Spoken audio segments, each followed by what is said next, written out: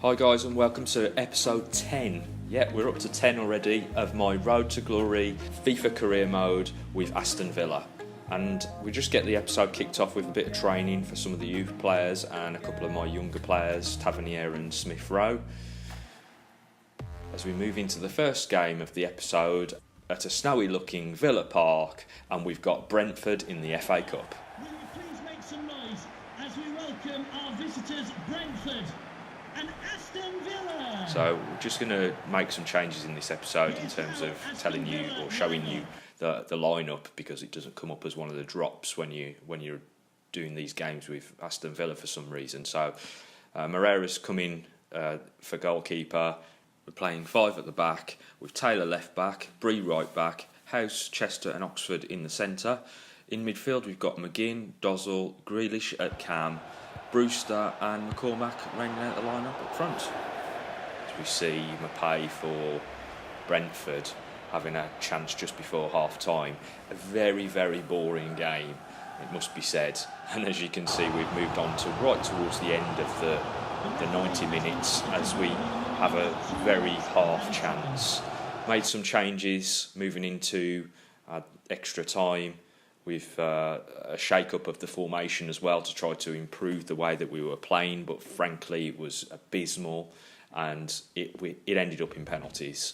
And the simple fact of the matter is that we were abysmal against Brentford, really struggling with the conditions, the ball just not moving around as you would expect it to, which is fair enough because of the pitch conditions and the weather, but yeah, it was not good at all. As Tammy Abraham steps up to take the first penalty for us and slots it on the right hand side of the goal, sending the keeper the wrong way. Mapai now for Brentford as we move across in front of him in goal. He tries to chip it over to the right and the keeper's having none of that. Andre Dozzell steps up to take his penalty, hits it to his left, keeper doesn't move, successful. 2-0 up at this stage. Brentford with their second kick. No such luck this time for the keeper as the Brentford player is able to slot it home. Tavernier here stepping up for his penalty, left footer.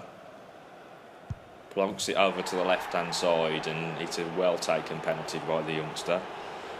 Romain Sawyers, an ex-Walsall player once more, another one featuring in this career mode. That obviously I'm keeping up with the Walsall players. Slots it into the right hand side and successfully puts it past the keeper as McGinn takes his penalty, and unfortunately he has missed it. Or should I say the keeper made a good save. A very poor penalty there from the Brentford player as we just crouch down to gather the ball up. Ryan Brewster with his effort now. And it's saved. Had he scored that goal, we were through.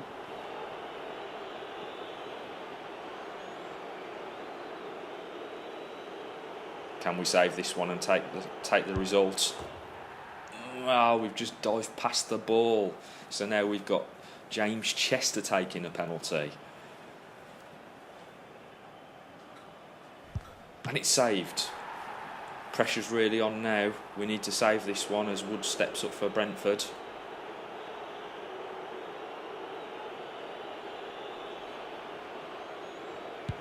And he's knocked it wide. We did go the right way though. Now we've got Axel Tanazabi taking a penalty for the Villa. And it's a goal. Great penalty off to his left hand side. So, once again, we get down to a point where we can win the shootout. Keeper moving around on the line, trying to put the player off. Giving him the grobble of legs. And he's scored to the left hand side. Reece Oxford now stepping up to take a penalty. And he's hit the post. No, he's hit the post. As Brentford now can take the victory via penalty shootout. And he's missed to the left. He's given us another opportunity as Bree steps up to take a penalty. Hitting it to his right and the keeper's made the save. Extraordinary scenes here. Nobody wants to win the penalty shootout, so it seems. Giving this player the Grobler legs again. But it's to no avail as we get knocked out of the cup and Brentford proceed to the next round. Man of the match there for John McGinn, but as you can see, no shots on goal. He's never going to win any games as we just reject a couple of offers here for international management. We're not interested in taking on an international team. Next game of the episode is against Sheffield United and we're at home. Sheffield United and Aston Villa. So let's have a look how we're going to line up in this game. Nyland in goal, Henry left back, Zagadouz in left centre back, Chester, Tanazabi, El Mohammadi, El Ghazi, Patterson, Shaparenko, Kodja and Dicko rounds out the lineup. Sheffield United here on the ball, feeds it into the striker, and one of those shots that could have gone in from distance once again as Shaparenko there fires the ball out to the left hand side of the pitch. We shift it back across to the right hand side and El Mohammadi's on his bike down the right hand side. Can he get the cross in? He does, but the keeper manages to get to it and palms it away. Sheffield United again on the attack. Good block there and a great way of getting ourselves out of a hole as we move forward with the ball. Not long to go in this half as we lob the ball forward. Can Kodja get on the end of it? Yes, he can, but he drags it wide, left-footed. Moving on into the second half here as we progress down the field. Patterson on the ball, plays it in field. Another knock ball inside and nice try by Shaparenko to get it up over the top. Patterson on the ball again, knocks it out to Shaparenko, who waits for the overlap from El Mohammadi. El Mohammadi into space, plays it in. Oh, unlucky there. It was a good header, but the keeper managed to get a hand to it. El Ghazi here on the balls, knocked it out to Shaparenko. Shaparenko just slowing play down a little bit, knocks it out to El Ghazi. And El Ghazi's got a fantastic goal there. What a ball from, I think, was Dicko. We'll see on the replay in a moment. So Shaparenko into El Ghazi, and El Ghazi knocks it on to Kodja actually, and it's a fantastic finish from El Ghazi. Far into the right hand corner of the goal as we show our appreciation from the sideline. Here we're making a couple of substitutions. Smith Rowe, Grealish and Balassi coming on towards the end of this game. Just freshening things up, trying to keep the players fresh for towards the end of the game. So we clear one out long, and it's held up well out to Shaparenko. Smith Rowe on the ball, through pass out to Henry, and Henry knocks it down the line to Balassi. Balassi's in behind, throws it on into the box, and Smith Rowe nearly gets on the end of it. It's out to Grealish here. Grealish onto Henry and knocks it into Balassi. Balassi throws it into the box and Smith Rowe nearly gets on the end of it again. It's unlucky there from the youngster.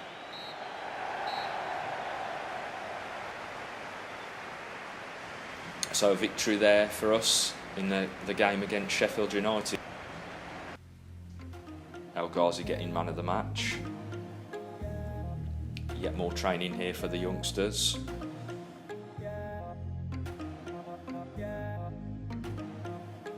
Change Tavernier though, currently set on adapt attacking scenarios, but he's not going to make a great deal of more progression on that particular training mode, so let's switch him over to adapt defending scenarios and hopefully improve that element of his game as well.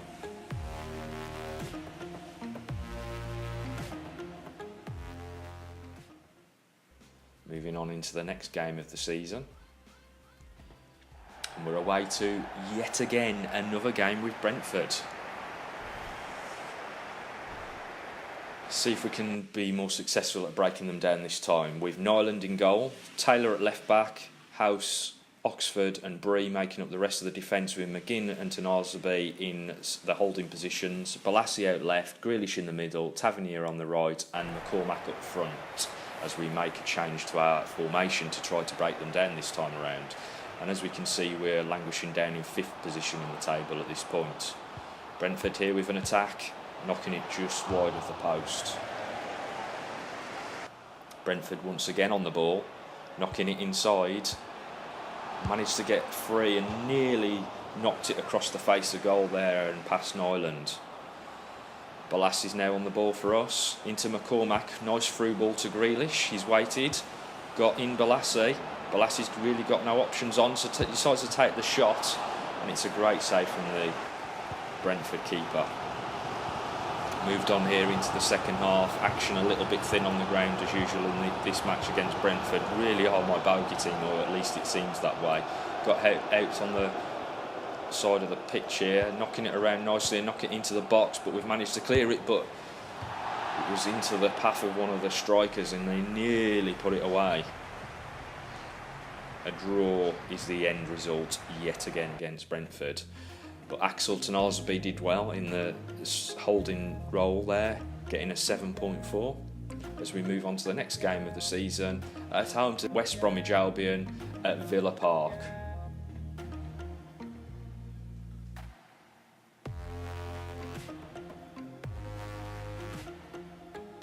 And as you can see, we've moved back to being 5 at the back with Nyland in goal, Henry out left wing back, El Mohammadi on the right wing back, Zagadou, Chester and Oxford in the centre, Patterson, El Ghazi and Shaparenko are in midfield with a partnership up front of Dicko and Kodja. So as we can see here, they've managed to get the ball in from the wing. And once again, that's Robson Kanu with the goal, and we're only 15 minutes into this game and we could be under a lot of pressure against a team that are actually just above us in the league. It's a great cross in, and Robson Kanu's managed to get in ahead of Chester and finished off what is actually quite an easy chance because he wasn't under too much pressure from our defence. Once again, Robson Kanu knocking it out to the right-hand wing. Knocks it into the box, and we've been beaten in the air again. Fantastic jump there by the striker, but he just hasn't got the power on it to be able to get it through. Under pressure again from West Brom, and they're knocking the ball around really nicely. Out on the right-hand side here, throwing the ball into the box, and the keeper's made a decent save, knocking the ball out into play. As we suicide ball from Shaparenko trying to knock it infield with a lob through pass, and that's led to another effort that the keeper's had to make another save on. Surely that was a foul, ref. It was indeed, but he's waved play on as we get the ball out here to El Mohammadi, and a foul again. Surely, come on ref, that is a foul. Why has he not called for that? West Brom on the attack here in the second half. Keeper's made a good save, rolling it out to the right hand side, but we've lost possession. Knocks it infield. Oh, it's a great goal. I think that's Tom Huddleston. It is. The West Brom player there has just ghosted in and managed to slot home in the top left hand corner. Another goal against us. If you remember rightly, in the other game of this season he also scored, and I think that's actually the only 2 goals he's scored this season, which just goes to show how poor we are at defending those sort of deep long range shots. Shaparenko there knocking the ball out to the right hand side. Oxford on the ball now, knocks it into Shaparenko, who plays it off to El Ghazi, onto Patterson, into Dicko, who rolls the defender and takes a shot, but it's just not quite got enough power on it to trouble him. And it's a poor result at the end of the day in a Midlands derby. One of our local rivals, West Bromwich Albion, have been able to beat us 2-0. Jamie Patterson picking up the Man of the Match award in a result or a game that we should really have put more into. As we move on into the scout reports here, let's have a look at what Alfie Rose has found us out in Portugal. A couple of players here that I'm just rejecting because they don't suit our requirements, but Rodrigo Figueira, a young goalkeeper, Portuguese goalkeeper here, £600,000 value, and his potential looks exceptionally good. He's got that crossover that we've talked about before in terms of potential, so definitely somebody to look at for the future. We move on to Luis Fraser, who's been out in Germany, see what he's got to show us. And really the best of this bunch is Jonas Schnicknell, but I'm not interested in signing him at this stage. Let's carry on scouting him. He's a 15-year-old. He may improve in the future and he might be worth another look. As we move out to the next game of the season against Stoke, away from home. Visitors Aston Villa and your Stoke City. And the Potters line up as follows. As you can see, we're one of the best defensive teams in the league. Not that that's doing us a huge amount of favours in terms of our position, but as you can see, Stoke are also there. As we take a look at our formation for this match, we're playing a 5 at the back, Diamond in midfield, with Codger leading the line up front. Players to watch out for in this game are probably Grealish, El Ghazi, and Rico Henry on down the left-hand side, who's been playing exceptionally well whenever he's got a run out on that left-hand side of the field. As we cross it here from El Mohammadi into the box, and it's a fantastic goal there for Reece Oxford. Okay, so the centre-back who we've got playing in the diamond position at CDM has actually got forward and managed to nod one home. I expected that to be Codger on the end of that, to be perfectly honest, but not a bad effort from the young centre-back who we're playing in the CDM role this game.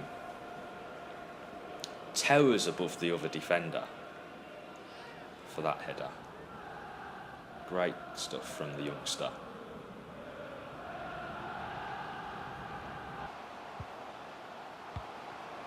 And Stoke here out on the ball, knocking it around really nicely.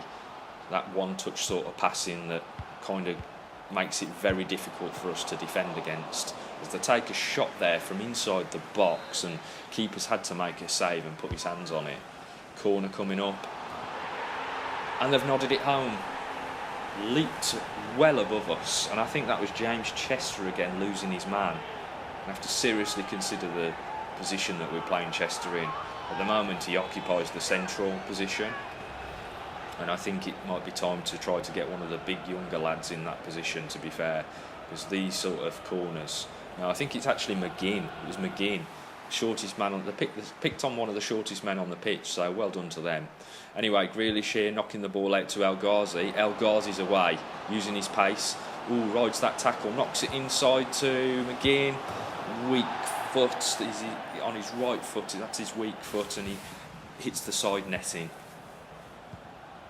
Stoke once more knocking the ball around really nicely. That one-touch football on the edge of the box. They've got their man free, and it was an easy finish come the end of that bit of play. Bojan knocking it in.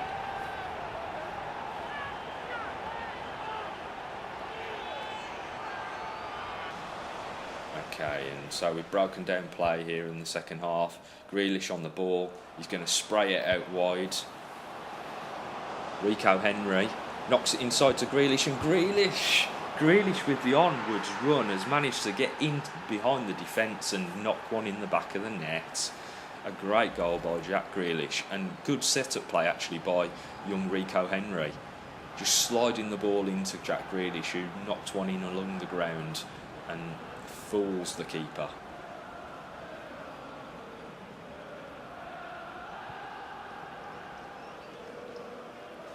So it's a 2-2 end to the game there.